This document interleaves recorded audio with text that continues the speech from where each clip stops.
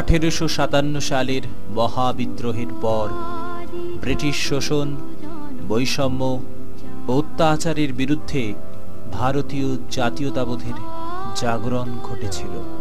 এই জাতীয়তাবোধ সাংগঠনিক রূপ ধারণ করেছিল 1885 সালে জাতীয় কংগ্রেস প্রতিষ্ঠার মাধ্যমে।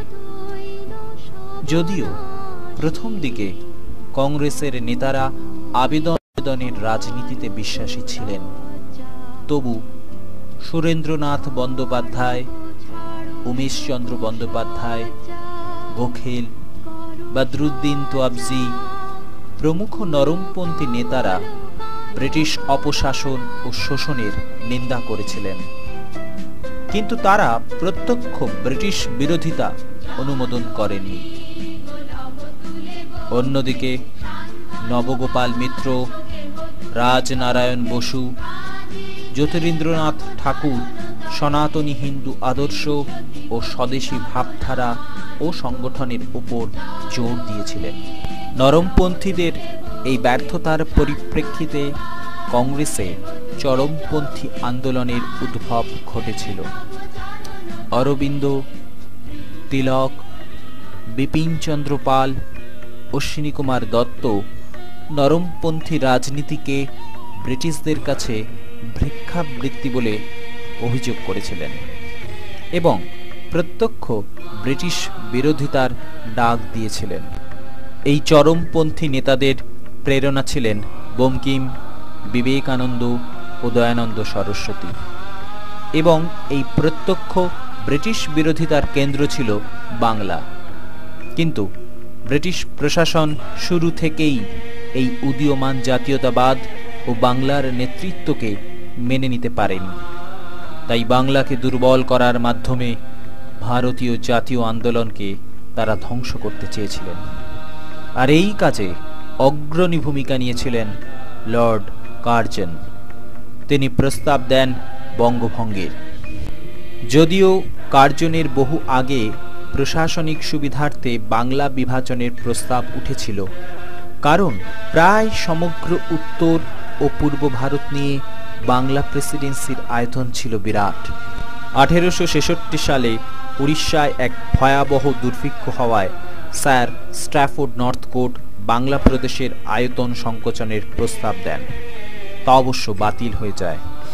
1874 সালে আসামকে বাংলা থেকে আলাদা করে দেওয়া হয়। এরপর কার্জন ভারতের বড়লাট হয়ে আসেন। 1903 সালে কার্জনের নির্দেশে স্যার অ্যান্ড্রু ফ্রেজার চট্টগ্রাম, পার্বত্য চট্টগ্রাম, ঢাকা ও ময়মনসিংহ জেলা এবং পরে বাখরগঞ্জ ও ফরিদপুরকে আসামের সঙ্গে যুক্ত করার প্রস্তাব দেন। 1904 সালে কার্জন স্বয়ং প্রস্তাবিত নতুন প্রদেশে মালদহ সহ সমগ্র রাজশাহী বিভাগ, ঢাকা বিভাগ ও চট্টগ্রাম বিভাগ অন্তর্ভুক্ত করার কথা বলেন। 1905 সালে 7ই জুন ভারত সচিব কার্জনের এই বঙ্গভঙ্গের প্রস্তাব অনুমোদন করে এবং 6ই অক্টোবর বঙ্গভঙ্গ কার্যকরী হয়। এই সময় কার্জন পূর্ববঙ্গ সফরে যান। সুপ্রিয় ছাত্রছাত্রী, কেমন আছো তোমরা? আশা করি ভালো আছো। তোমরা অনলাইনের ক্লাসগুলো নিশ্চয় করছো।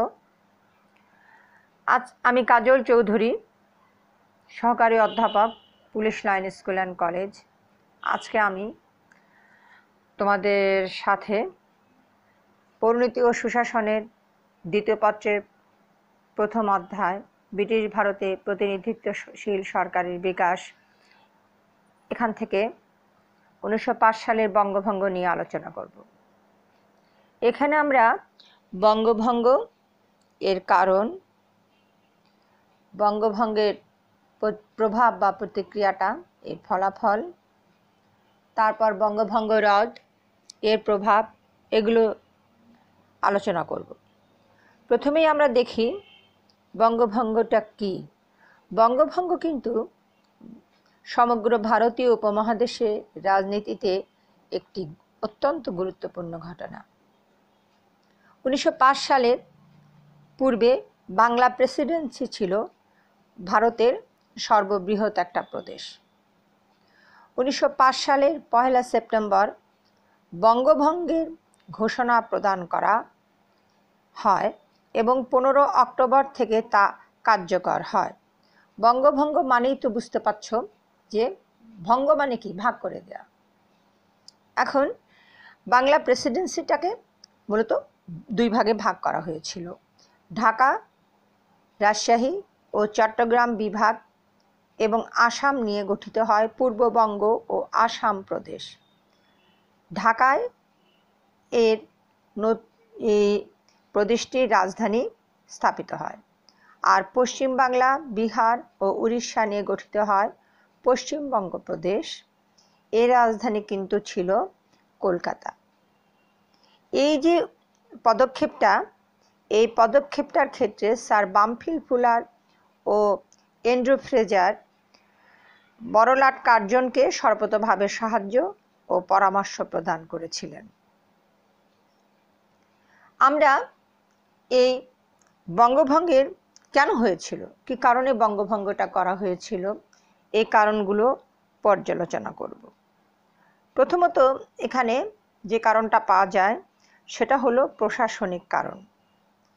এখানে দেখা যাচ্ছে যে লর্ড কার্জন একটা চিঠিতে লিখেছিলেন যে একটি মাত্র কেন্দ্র থেকে এই এত বড় প্রদেশ কলকাতা প্রেসিডেন্সি এটা শাসন করা সম্ভব নয়। যদি ভাগ করে দেওয়া হয় তাহলে এর কি হবে, এখানে দুটি প্রদেশ সৃষ্টি হয়, তাহলে বিভিন্ন সময় প্রশাসনিক কর্মকর্তাটা বলে যেটা সুষ্ঠু প্রশাসন গড়ে উঠবে এবং জনগণের দাবি ও সমস্যা মোকাবেলা সহজ হবে। এখানে উল্লেখ্য যে ওই কলকাতা প্রেসিডেন্সি যে প্রদেশটি ছিল এর আয়তন ছিল প্রায় 2 লক্ষ বর্গ মাইল এবং লোক সংখ্যা ছিল প্রায় 7,85,00,000। এটাই ছিল বঙ্গভঙ্গের প্রশাসনিক কারণ। এরপর আমরা বঙ্গভঙ্গের রাজনৈতিক কারণ পাই। সেখানে দেখা যাচ্ছে যে প্রথমে আমরা দেখতে পাচ্ছি জাতীয়তাবাদী যে আন্দোলন এটা নস্যাৎ করা। আমরা জানি যে 1757 সালে পলাশীর প্রান্তরে সিরাজদৌল্লার পতনের মাধ্যমে বাংলার স্বাধীনতা কিন্তু চলে যায়। এই ব্রিটিশ মানে প্রচ্ছন্নভাবে হলো ব্রিটিশ শাসন শুরু হয়ে যায়। এরপরে 1857 সালে যে সিপাহী বিপ্লবটা হয়, এই সিপাহী বিপ্লবটা কি হয়, ব্যর্থতায় পর্যবসিত হয়। তারপর থেকেই কিন্তু মনে করো যে ভারতীয়দের উপর ব্রিটিশদের একটা নির্যাতন, বৈষম্যমূলক আচরণ এটা কিন্তু বৃদ্ধি পেতেই থাকে। এর ফলে কি হয়, 1885 সালে সর্বভারতীয় জাতীয় কংগ্রেস প্রতিষ্ঠা পায়। আমরা পরবর্তীতে কংগ্রেস প্রতিষ্ঠা বিষয় নিয়ে আলোচনা করব। আর এছাড়াও মুসলিম লীগ প্রতিষ্ঠা পায়। এখানে তারা একই যোগে কিন্তু আন্দোলন, ব্রিটিশ খেদাও আন্দোলনও চলতে থাকে। এই ব্রিটিশ বিরোধী আন্দোলনটা কিন্তু তীব্র গতিতেই চলতে থাকে। ব্রিটিশ সরকার মনে করেন যে এই আন্দোলনের কেন্দ্রস্থল হলো মূলত কলকাতা। যদি এটাকে ভেঙে দেওয়া হয় তাহলে আন্দোলনের গতিটা অটোমেটিক কমে যাবে এবং ব্রিটিশ খুব সুন্দরভাবে শাসন করতে সমর্থ হবে। এটা কিন্তু একটা কারণ। তারপর মুসলমানরা, এই পূর্ববঙ্গের যে মুসলিমরা ছিল তারা কিন্তু কি, তারা বিভিন্ন দিক থেকে কিন্তু বঞ্চিত ছিল। এছাড়াও এই ব্রিটিশ শাসন শুরু হবার পর যেহেতু মুসলিম শাসনের হাত থেকে ব্রিটিশ ক্ষমতা নিয়েছিল, অনেক ক্ষেত্রে দেখা যায় যে মুসলিমরা ইংরেজি শিক্ষা বর্জন করেছিল একটা সময়। এছাড়াও এখানে তেমন একটা স্কুল কলেজ বা শিক্ষা দীক্ষার আলো এখানে এসে পড়েনি। সেক্ষেত্রে আমাদের যে তৎকালীন সময়ে স্যার সলিমুল্লাহ বঙ্গভঙ্গের পক্ষেই কিন্তু মতামত দিয়েছিলেন, আন্দোলন শুরু করেন। তিনি জনগণকে এটা বুঝাতে চেষ্টা করেছিলেন যে যদি বঙ্গভঙ্গ হয় নতুন প্রদেশ সৃষ্টি হলে বাংলার মুসলমানরা নিজেদের ভাগ্য উন্নয়নের সুযোগ পাবে। তারা আর হিন্দু সম্প্রদায় দ্বারা প্রভাবিত কলকাতার উপর রাজনৈতিক ও অর্থনৈতিক ক্ষেত্রে আর নির্ভরশীল হবে না এবং চাকরি বাকরির ক্ষেত্রেও উন্নতি করতে পারবে। এটাও কিন্তু একটা কারণ। এছাড়াও ব্রিটিশদের যে ভাগ করো এবং শাসন করো যে নীতিটা ছিল, বঙ্গভঙ্গ হলে কিন্তু এটাও সফল হবে। কারণ হিন্দু মুসলিম সম্প্রদায় দুটি আলাদা হবে, তাদের মাঝে একটা দূরত্ব সৃষ্টি হবে। তারপর যে কারণটা আমরা পাচ্ছি সেটা হলো অর্থনৈতিক কারণ। সে সময় যে জমিদারি সিস্টেমটা ব্রিটিশ করে, সেক্ষেত্রে দেখা যায় যে হিন্দু জমিদারগণ প্রায় তারা কি করতেন, এখানে তারা হিন্দু সম্প্রদায়কে প্রতি উদার নীতি, মুসলিম সম্প্রদায়ের প্রতি সেরকম উদার নীতি তাদের ছিল না। হিন্দু যে কয়জন তাদের অনুগত জমিদার ছিলেন তারা কি করতেন, কলকাতার দিকে থাকতেন, এই অঞ্চলে তারা থাকতো না। যার ফলে এই অঞ্চলের যে অসুবিধাগুলো তার সমাধান তেমনভাবে হয়ে ওঠেনি। অধিকাংশ ক্ষেত্রে দেখা যায় এখানে কলকারখানা ছিল না তেমন। অধিকাংশ মুসলমান জনগণ এ সময় ভাবতে শুরু করে যে বঙ্গভঙ্গ হলে অর্থনৈতিক দিক থেকেও তারা লাভবান হবে। আর যারা জমিদার ছিল তারাও কিন্তু তাদের জনগণের প্রতি তেমন একটা সহানুভূতিশীল বা আমি কি বলবো তাদের সঙ্গে যোগাযোগ তাদের তেমন একটা ছিল না। এটাও একটা কারণ। তারপর সামাজিক কারণ। এই ব্রিটিশ শাসনামলে মুসলমান সম্প্রদায় কিন্তু বেশি শোষিত হয়। কারণ ব্রিটিশ কি করে, ডিভাইড অ্যান্ড রুল পলিসির আওতায় এসে হিন্দু মুসলিম সম্প্রদায়ের মধ্যে একটা বিভেদ সৃষ্টি করে। তারা যেহেতু মুসলিম সম্প্রদায়ের কাছে ক্ষমতা নিয়েছিল, তারপর তারা কি করেছিল, কিছু হিন্দু সম্প্রদায়ের কিছু অনুগত লোককে তারা তুলে নিয়েছিল জমিদার হিসাবে, তাদেরকে জমিদারি দিয়েছিল। বেশিরভাগ সব হিন্দু জমিদাররা ছিল। মুসলিম সম্প্রদায় কি করত, সামাজিক প্রভাবহীন প্রতিপত্তিহীন একটা দরিদ্র রিক্ত নিঃস্ব সম্প্রদায় প্রায় পরিণত হয়েছিল বেশিরভাগ। এখানে উভয় সম্প্রদায়ের মাঝে একটা দ্বন্দ্ব সৃষ্টি করা, বৈষম্য বজায় রাখা, এটা ব্রিটিশ শাসনের একটা টেকনিক। এই বঙ্গভঙ্গ হয়েছিল এই তাছাড়াও ধর্মীয় একটা কারণ বলা যেতে পারে যে উভয় অঞ্চলের লোক তাদের নিজস্ব ধর্ম, কৃষ্টি, কালচার, আচার আচরণ, এটা এই অঞ্চলের লোকরা তারা আলাদা থাকতে চেয়েছিল এই অঞ্চলটা। এখন দেখা যাচ্ছে যে এই বঙ্গভঙ্গ যখন হলো তারপর কি হলো, তারপর কিন্তু এখানে মুসলিম সম্প্রদায় কিন্তু বেশ খুশি হয়ে গেল। তারা স্বপ্ন দেখতে লাগলো যে তাদের স্বপ্ন হয়তো বাস্তবায়ন হবে, স্বার্থ সংরক্ষণ হবে, তারা সক্ষম হবে সংরক্ষণে, ব্যবসা বাণিজ্য শিক্ষা দীক্ষায় তাদের উন্নতি হবে। ওদিকে হিন্দু সম্প্রদায়ের উপর এর কিন্তু বিপরীত একটা প্রভাব পড়ল। হিন্দু জনগণ তাদের কি হলো, তারা যারা বেশিরভাগ শিক্ষিত ছিল তারা কিন্তু ব্যবসা বাণিজ্য চাকরি বাকরি কলকাতায় তারা করত। তারা কিন্তু মোটেও এটা খুশি হতে পারেনি মধ্যবিত্ত শ্রেণীটা। এছাড়া তারা বঙ্গমাতার অঙ্গচ্ছেদ বলে এটাকে মনে করতে লাগলো। হিন্দু মুসলিম সম্প্রদায়ের একটা সম্পর্কটা নষ্ট হয়ে গেল। এখন ফলাফলটা আমরা কি দেখছি, বঙ্গভঙ্গের ফলাফলে আমরা পাচ্ছি যে এখানে কি হলো, ভাগ করো শাসন করো নীতিটাই জয়যুক্ত হলো। উভয় সম্প্রদায়ের সম্পর্ক নষ্ট হয়ে গেল। অল্প কিছু সময়ের জন্য হলেও জাতীয়তাবাদী যে আন্দোলনটা এটা কিন্তু নস্যাৎ প্রায় হওয়ার পথে। সাম্প্রদায়িকতার সৃষ্টি হয়ে গেল। মুসলিম লীগ আত্মপ্রকাশ করলো, মুসলিম লীগের জন্ম হলো। কারণ মুসলিম জনগোষ্ঠী ভাবতে লাগলো যে যেভাবে বঙ্গভঙ্গটা হলো আমাদের স্বপ্ন আমরা পূরণ করতে সক্ষম হব, কিন্তু কোনোভাবেই যেন এই বঙ্গভঙ্গ আবার রদ হয়ে না যায়। তাই মুসলিম লীগ সৃষ্টি হলো মুসলমানদের স্বার্থ আদায়ের জন্য, তাদের অধিকার রক্ষার জন্য মুসলিম লীগ জন্ম নিল। আবার এদিকে এই আমরা বলবো এগুলোই হচ্ছে বঙ্গভঙ্গের ফলাফল। আর হিন্দু মুসলিম যে সম্পর্ক এটা কিন্তু নষ্ট হয়ে গেল।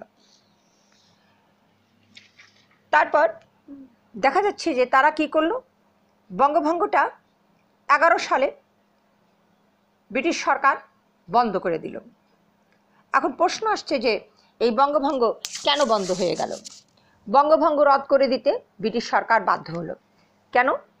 কেননা যখন বঙ্গভঙ্গ করা হলো সে সময় কিন্তু হিন্দু সম্প্রদায়ের একটা শ্রেণী ছিল যারা শিক্ষা দীক্ষায় সব দিক থেকেই কিন্তু উন্নত ছিল।